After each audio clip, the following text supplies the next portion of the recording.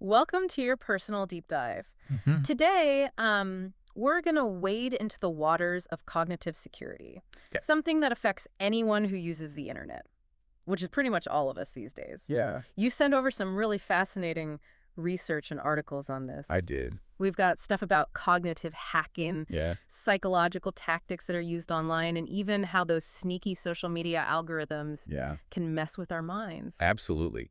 We're not just going to break down how these manipulators operate online, Right. but we're going to equip you with actionable strategies to identify these tactics and protect I yourself. like it. Think of this deep dive as like a self-defense course for the digital age. Okay. I am ready to learn some defensive moves. Right. But first, let's just define what cognitive security is. Okay. Is this like some sci-fi movie where our thoughts are being controlled? Not quite.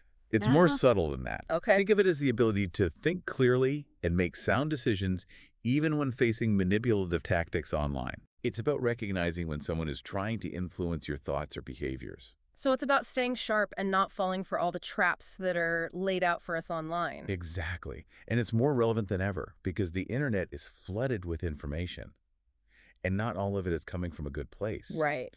Every day, we're bombarded with a mix of truth, misinformation, and everything in between. Yeah, I see that all the time. Yeah, Those clickbait headlines that are designed to make you angry or anxious so you can't help but click. right. Is that what we're talking about here? That's a prime example. Okay. Cognitive hacking is all around us. Yeah. It's those ads that seem to know exactly what you're thinking. Yeah. The fake news articles designed to make you outraged, and those carefully crafted social media posts that play on your emotions. Wow. So when you put it that way, it seems like it's almost impossible to escape. It can feel that way. Yeah, but how do these manipulators actually pull it off? Right. What tricks are they using? Think of it as a toolbox Yeah. filled with different types of manipulation. One of the most common is information-based manipulation, where the goal is to control the information you see and ultimately what you believe. Okay, so instead of a toolbox, maybe it's more like a magician's bag of tricks. Sure. What kind of illusions are we talking about here? Well, think about those fake news articles that you mentioned. Yeah. They're carefully crafted to trigger emotional responses like fear or anger, Right. making them more likely to go viral and spread quickly. Yeah, that makes sense. You get so riled up, you just hit share without even thinking about it. Exactly. It preys on our natural tendency to share things that trigger strong emotions, even if they aren't true. Right. And it's not just outright lies. Okay. Think about search engine manipulation, where manipulators use tricks to make sure that when you search for something online, you're presented with biased or harmful information first. So instead of getting a balanced view, you're essentially being funneled down a specific path. Yeah. That's pretty unsettling. They're gaming the system to push their agenda, whether it's promoting conspiracy theories or swaying public opinion. It sounds like this is all about controlling the narrative. It is. Are there any other information control tricks that we should be aware of? Another one is information overload. Okay. Instead of hiding the truth, they bury you in mountains of information, some true, some false, and some just irrelevant. Right. The sheer volume is meant to overwhelm you, Mm. making it almost impossible to separate fact from fiction. It's like that feeling when you have like 100 browser tabs open and you just want to shut down your computer and go for a walk. It's Right. exhausting. It is, and that's the point. Yeah. The goal of information overload is to make you feel exhausted and apathetic, so you ultimately give up Yeah. trying to figure out what's real. So we've got the fake news, we've got the rig searches, and the information fire hose. Yeah. It feels like a losing battle. It can. But let's move on to another tool in that manipulator's toolbox. Okay. What about emotional manipulation? It feels like that outrage-inducing headline plays into this category too. Absolutely. Emotional manipulation is incredibly powerful because it directly targets our feelings and can easily cloud our judgment. Okay, I can definitely relate to that. Yeah. How does this emotional manipulation play out online? Right. Is it all about those super dramatic headlines? It can certainly start there. Okay. Think about those clickbait headlines screaming, Yeah. "You won't believe what happens next," or "This one weird trick will change your life." Great. They are designed to tap into our deepest desires and fears. I'm seeing a pattern here. Yeah. These techniques are all about pushing our buttons. Exactly. And when we're emotionally charged, we're less likely to think critically. Right. We're more likely to share something without questioning its validity or click on a link that could lead us to a scam. So it's like a hijacking of our common sense. It is. Are there other, less obvious forms of emotional manipulation we should be aware of? There are subtler tactics as well. Have you ever encountered someone online who immediately showered you with compliments and attention? So it's not just about getting a surprise mariachi band serenading you. I know. Darn. While it might seem flattering at first, love bombing is often used to manipulate and control someone, particularly in the early stages of a relationship. Okay. The goal is to create a strong emotional connection, making it easier to exploit the person later on. So those grand gestures are actually red flags. They can be, yeah. Interesting. It seems like these manipulators are masters of disguise. They are. Are there any other emotional manipulation tactics hiding in plain sight? We can't forget about the classic guilt trip. Oh, It yeah. transcends the online world, but is frequently used to manipulate people online as well. Oh, we've all encountered that one. Right. It's the if you really loved me, you would. Or the after all I've done for you, you can't even. Precisely. Yeah. Guilt trips prey on our sense of obligation and responsibility, making us more likely to give in, even when we know it's not in our best interest. It's emotional blackmail, plain and simple. It is. So we've covered how manipulators try to control the information we see and exploit our emotions. Right. It's making me want to unplug from the internet altogether. I understand the feeling. Yeah. But there's one more category of manipulation we need to discuss, and that's social manipulation. Yeah? This is all about leveraging our social connections and online communities to sway our opinions and behavior. All right, let's unpack this social manipulation. Okay. What does that look like in the digital world?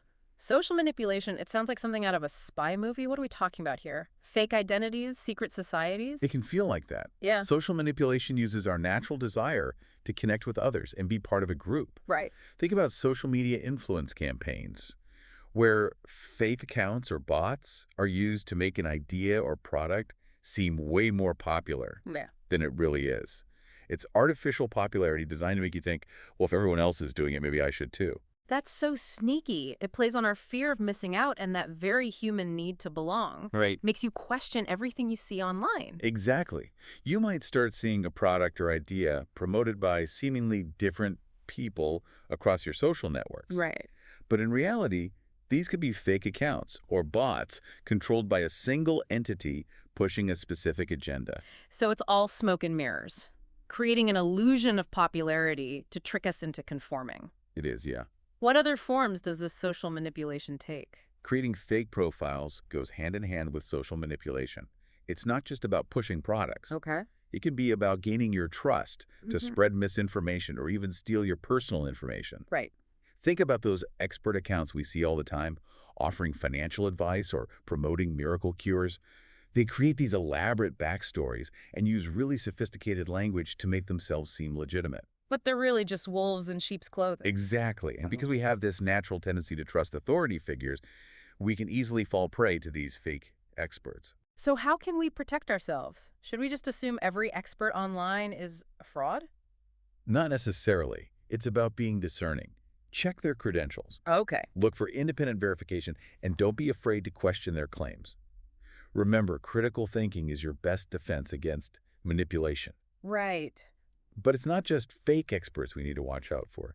Ever heard of troll farms or bot networks? Oh, yes, the infamous internet trolls. Right. Are we talking about those people who leave nasty comments just to stir up trouble? Is it just random people being jerks, or is there something more organized going on? While some trolls might be individuals acting alone, troll farms and bot networks take things to a whole other level. We're talking about coordinated groups or even automated accounts that flood online discussions with specific messages. So it's like a digital army deployed to manipulate public opinion. Precisely. They might spread misinformation, harass individuals with opposing views, or simply create chaos and division. It sounds like a very calculated and effective way to silence dissent and control the narrative. But what about those memes everyone loves to share? Are those considered social manipulation? Memes can definitely be used for social manipulation. Okay. While often funny and entertaining, they can also be vehicles for spreading misinformation or reinforcing harmful stereotypes. I guess because they're so shareable, they can quickly spread an idea whether it's true or not? Exactly. And because they're often presented in a humorous or relatable way, we might let our guard down and not critically evaluate the message they're conveying. It's like a Trojan horse for misinformation. It can be. It seems like even something as seemingly innocent as a funny image can be weaponized. Unfortunately, that's the reality of the internet. Everything can be used for good or for manipulation. Mm. And speaking of manipulation, have you ever noticed how websites and social media platforms are constantly trying to tell you what's popular and what everyone else is doing? Oh, all the time. Trending now, people are talking about this, and of course, those endless product reviews. Yeah. Is that where this social manipulation comes into play? Absolutely. It's called the false consensus effect. And Okay. it's all about making you think an opinion or behavior is way more popular or widely accepted than it really is. It's like that feeling when you see a product with thousands of five-star reviews and you Yeah. think, well, everyone seems to love it. It must be good, Yeah, even though you've never even heard of the brand before. exactly. It plays on our deep-seated desire to fit in and conform. We're social creatures, Right. and we naturally want to align ourselves with the majority. Manipulators exploit that by creating this illusion of consensus, even if it's completely fabricated. It seems like they're constantly trying to pressure us into thinking or behaving a certain way. Are there any more social manipulation tricks we should be aware of? Well, we can't forget about the platforms themselves and how they contribute to manipulation through their design and algorithms. We call this platform-based manipulation. So we're not talking about individual bad actors anymore. Right. Now it's the platforms themselves that are manipulating us. It's not always intentional, Okay. but the way these platforms are designed can definitely make us more susceptible to manipulation. Yeah. Think about how trending topics work. Manipulators can hijack these trends to spread their message to a wider audience. So it's like they're piggybacking on the popularity of a trending topic to push their own agenda. Exactly. They know that people are more likely to engage with content that's already popular, so they try to insert their message into the conversation. That's pretty clever, but also pretty sneaky. Are there other ways these platforms are designed to manipulate us? Think about those social media algorithms that curate our feeds.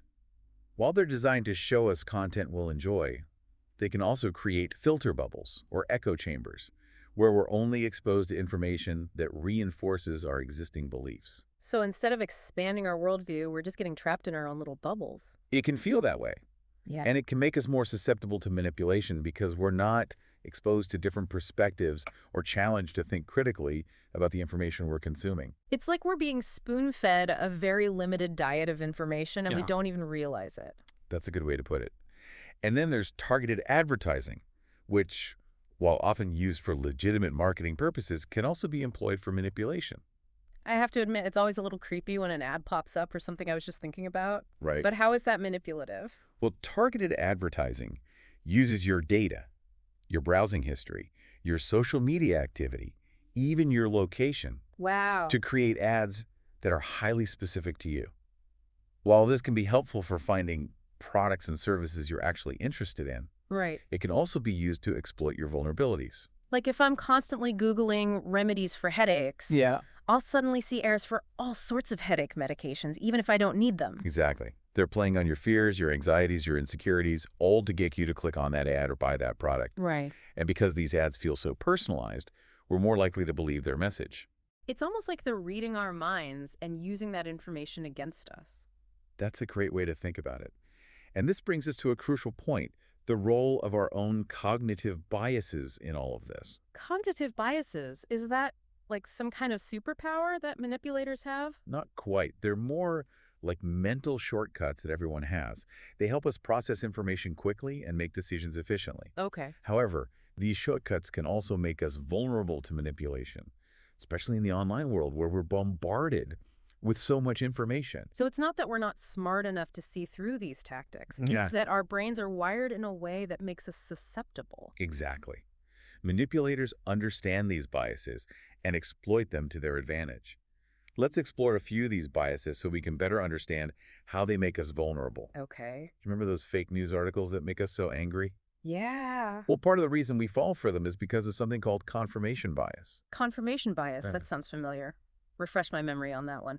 Confirmation bias is our tendency to seek out and believe information that confirms our existing beliefs, even if that information is false. Right. So if we already distrust a certain politician or believe in a certain conspiracy theory, Yeah. we're more likely to believe a fake news article that reinforces those beliefs. So even if we think we're being critical and discerning, we might actually be falling prey to our own biases. Precisely. And because of those social media algorithms we discussed, we're often trapped in echo chambers, where we're only exposed to information that confirms our existing beliefs. Right. This creates a self-reinforcing cycle that makes it even harder to break free from our biases. Yeah, and remember how those clickbait headlines make us feel anxious or excited? That's another bias at work. The power of emotional responses. Exactly. When we're feeling strong emotions like fear, anger, or excitement, our ability to think critically and make rational decisions is impaired. It's like that saying, don't make any important decisions when you're hungry, angry, lonely, or tired. Exactly. Manipulators know this and use emotionally charged language and imagery to hijack our attention and bypass our rational defenses. And sometimes, even if we think we're being cautious, we might still be overestimating our ability to spot manipulation. It's something called the illusion of control. The illusion of control. So we think we're in control, Yeah. but really we're being played. In a way, yes. Many of us believe we are too smart or too savvy to fall for these tactics. Right. We might think, I see right through those clickbait headlines, I would never fall for a scam. Yeah. But this overconfidence can actually make us more vulnerable because we let our guard down. So a healthy dose of humility can go a long way in protecting ourselves. It can. What other cognitive biases should we be aware of? Well, we can't forget about the bandwagon effect. Okay. It's a very human tendency to do or believe things because many other people are doing or believing the same thing. Right. It's the, if everyone's doing it, it must be right mentality. Like those social media challenges where everyone suddenly feels compelled to pour ice water over their heads or eat a spoonful of cinnamon. Exactly. And manipulators can exploit this by creating the illusion of popularity or widespread support for their ideas or products. Okay. They might use fake accounts to inflate the number of likes or followers, making it seem like everyone is on board. So it's important to remember that online popularity doesn't necessarily equal truth or validity. Right. Just because something is trending doesn't mean it's worth our attention or belief. Absolutely. Always question the source, look for evidence, and don't let the crowd sway your judgment. Right. We also need to be aware of our negativity bias, the tendency to pay more attention to and be more influenced by negative information than positive information. Because bad news always seems to travel faster than good news. Exactly. And manipulators use this to their advantage by using fear-mongering and sensationalized headlines to grab our attention. So it's important to remember that the world isn't always as bleak as it's portrayed online. Right. We need to be discerning and seek out balanced and nuanced perspectives, not just the doom and gloom. And speaking of seeking out balanced perspectives, remember those fake experts we discussed. That's where authority bias comes into play. We tend to trust people who appear authoritative even if their credentials are questionable. So those fancy titles and jargon-filled explanations can really throw us off. They can, yeah. It's important to remember that anyone can create a website or a social media profile and claim to be an expert. Right. Always check their sources, look for independent verification, and don't be afraid to question their claims. Don't just take their word for it. Do your own research. Exactly. And last but not least, be aware of the power of scarcity and urgency.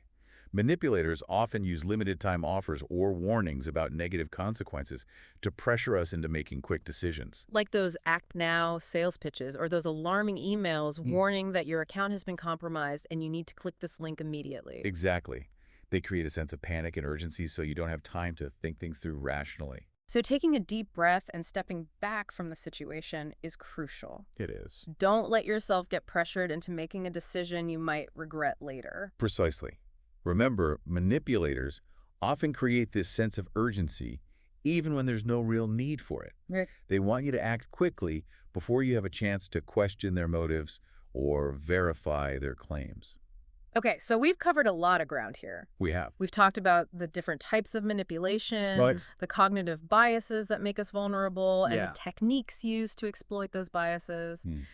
It's a lot to take in. It is. What's the main takeaway here? How do we actually protect ourselves from all of this? You've hit the nail on the head. Knowledge is power. And luckily, there are a lot of things we can do to protect ourselves. Okay. Think of it as a three-pronged approach. All right. Being smarter about how we consume information, Okay. engaging thoughtfully on social media, Right. and practicing safe internet habits overall. Okay. A three-pronged approach. I like that. It feels manageable.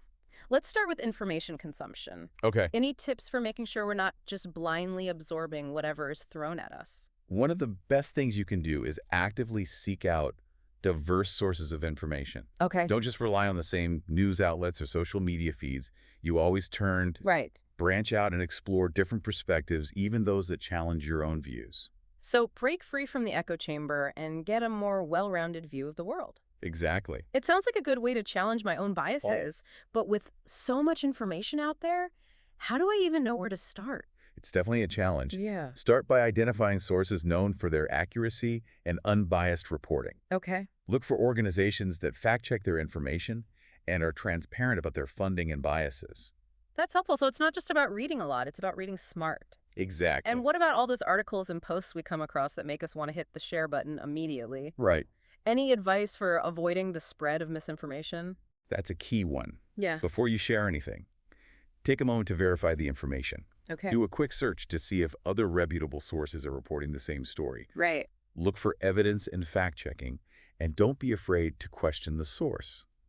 Think of yourself as a gatekeeper for accurate information. A gatekeeper. I love that. It really emphasizes the responsibility we all have, Yeah, especially in today's digital landscape where information spreads like wildfire. exactly. And if something you read makes you feel outraged or emotional, that's a red flag to slow down and investigate further. Okay. Those strong emotions are often a sign that someone is trying to manipulate you. Take a deep breath and put on your detective hat. Precisely. And there are some great tools out there to help us be better digital detectives. Oh, good. Fact-checking websites and browser extensions can help us identify unreliable sources Hmm. and separate fact from fiction. Those sound incredibly useful. I'll definitely be looking into those. Great. So that's information consumption. Now let's move on to social media. It feels like a breeding ground for manipulation. It can be. What are your top tips for engaging safely and responsibly? Social media is a powerful tool for connection and communication, Right. but it's also a prime target for manipulators. Yeah. Remember those echo chambers created by social media algorithms? Yeah. It's essential to be aware of those and actively seek out diverse viewpoints. So don't just passively scroll through your feed. Right. Be proactive about finding different voices and perspectives. Exactly. And before you take anything you see on social media as fact, Okay. take a moment to evaluate the source. Look at the account's history, their profile, the content they share. Right. Do they seem credible? Do they have a history of spreading misinformation? It's like a mini background check for every account you encounter. That's a great way to think about it. Yeah. And just like with information consumption, be mindful of your emotional responses. Okay. Social media is designed to provoke reactions, but don't let those reactions control your behavior. So resist the urge to fire off an angry comment or share a sensationalized post just because it pushes my buttons. Exactly. Yeah. Take a breath or reflect. And if you choose to respond, do so thoughtfully and respectfully. Right. And remember, everything you post online becomes part of your digital footprint. Okay. So be mindful of what personal information you're sharing. Because you never know who's watching or how that information might be used. Precisely. Okay, we've covered information consumption and social media. Right. Now let's talk about some general internet safety practices that can help protect us from manipulation and other online threats. This is where we get to put all our defensive skills into practice. Yeah. What should we be focusing on? Well, we talked about targeted advertising and how it uses your data to create personalized ads. Right. One way to minimize its influence is to understand how it works and be more conscious of the ads you're seeing. So it's not about avoiding ads altogether, which is nearly impossible these days, Right. but more about recognizing their intent and not letting them dictate our decisions. Exactly. Be aware that those ads are designed to appeal to your specific interests and desires, Okay. and they might not always have your best interests at heart. It's like having a personal shopper who's always trying to upsell you. A perfect analogy. Yeah. And of course, we can't forget about those scams and phishing schemes that are lurking around every corner of the internet. Those always make me nervous. It seems like they're getting more sophisticated all the time. They are. How can we avoid falling victim to them? The good news is most of them rely on the same psychological tactics, Okay. creating a sense of urgency, impersonating authority figures, and appealing to your emotions. Right. So being aware of these tactics can help us avoid falling for their tricks. So if an email or message seems too good to be true or pressures me to act immediately, that's a red flag. Absolutely. Always verify the source, check for any inconsistencies or red flags, and never click on suspicious links or give out personal information unless you're absolutely sure you're dealing with a legitimate entity. It sounds like a good rule of thumb is trust no one. Well, maybe not no one. Right. but definitely be extra cautious online. Any other essential tips for staying safe online? One of the most important things you can do is practice good digital hygiene. Okay. Use strong passwords, enable two-factor authentication whenever possible, and keep your software and operating system updated. Because a strong digital defense is the first line of defense against any online threat, including manipulation. Precisely, it's all interconnected. Wow, we've covered a lot of ground in this deep Oh, dive. yeah. It's been an eye-opening journey into the world of cognitive security, It has. but I'm feeling more confident and prepared to navigate the internet safely and wisely. That's what we hoped for. Good. Remember, it's not about living in fear or avoiding the internet altogether. Right. It's about being informed, aware, and empowered.